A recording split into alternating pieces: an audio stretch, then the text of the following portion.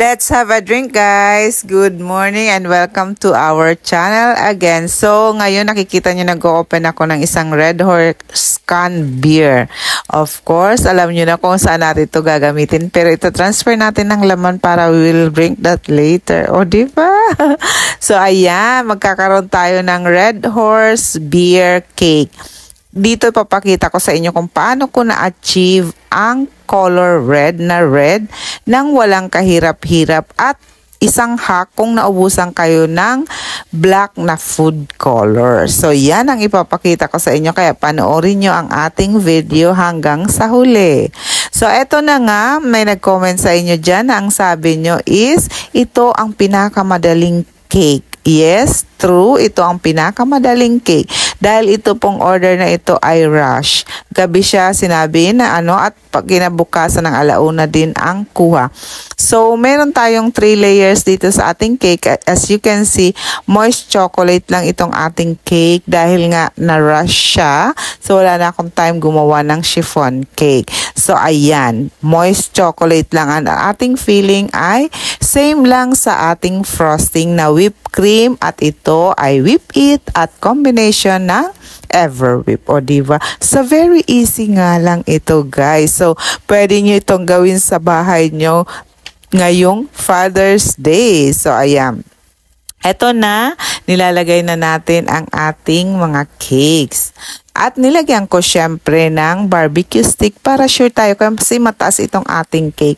Nasa 7 by 7 o kaya 8 pa nga ito. So, kailangan natin lagyan ng dowel. So, ang dowel natin is barbecue stick para naman sigurado tayong hindi siya mabubuwal. So, yun ang purpose niyan.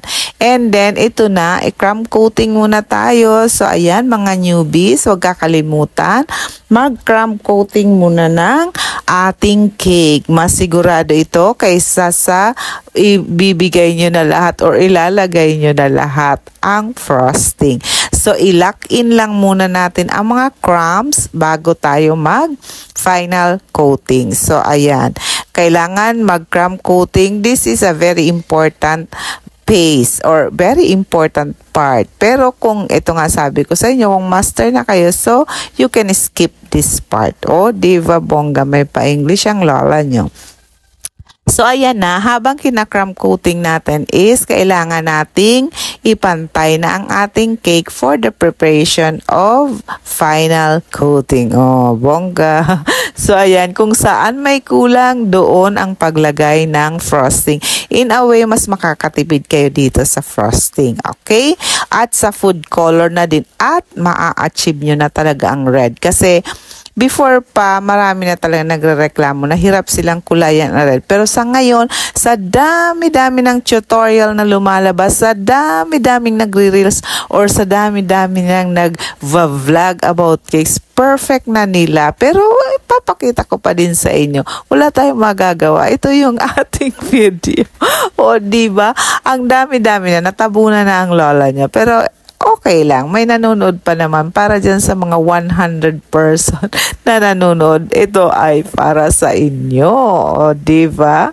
So, hindi tayo updated sa mga bongacious na cake at lalo na sa mga bongacious na baker, o diba? So, ayan lang, Futraco gel ang aking nilagay at konting frosting lang, enough lang na pang cover talaga sa ating na prep na cake.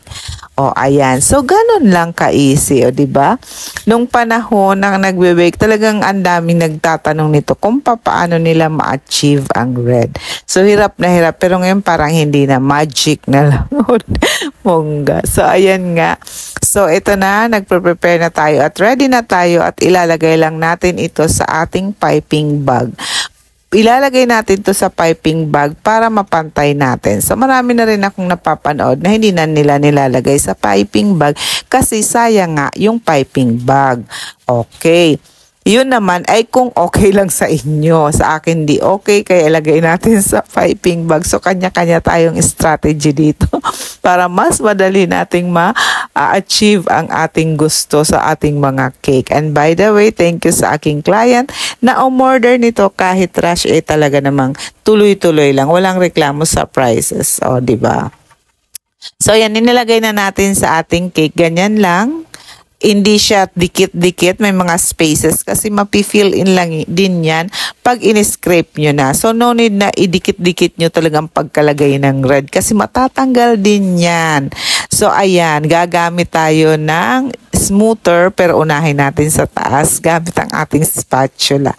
So, eto na. So, pag in-scrape natin yan, tuloy-tuloy lang ang ikot ng ating turntable at doon nga lahat ng yung mga nilagay nating red na frosting ay mafi-fill in yung mga gaps. Pero dito may nakita kayo, umikot na siya pero may na gap pa. So yung naikotin nyo is yun ang i-fill in nyo. So no need na mag-add pa kayo ng frosting. So ayan, and then final ikot para wala na yung puti.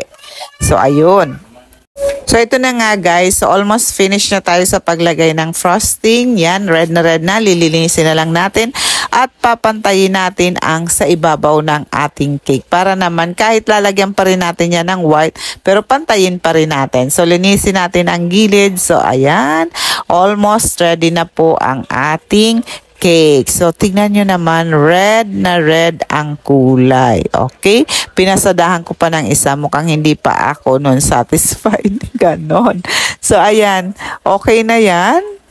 At ito na. Maglalagay na tayo ng white. Parang mga bubbles ng beer ang effect nito. Tapos, naglagay lang ako ng logo na printed paper. So, napakadali nga naman, diba? So, printed lang. Ilalagay mo lang yung empty can ng Red Horse. Idikit nyo sa stick para hindi gumalaw-galaw. And then, lagyan nyo itong mga white frosting. So, ganun ka-easy. Binigay ko ito ng 1.5. Walang kasamang cupcakes. Ayan.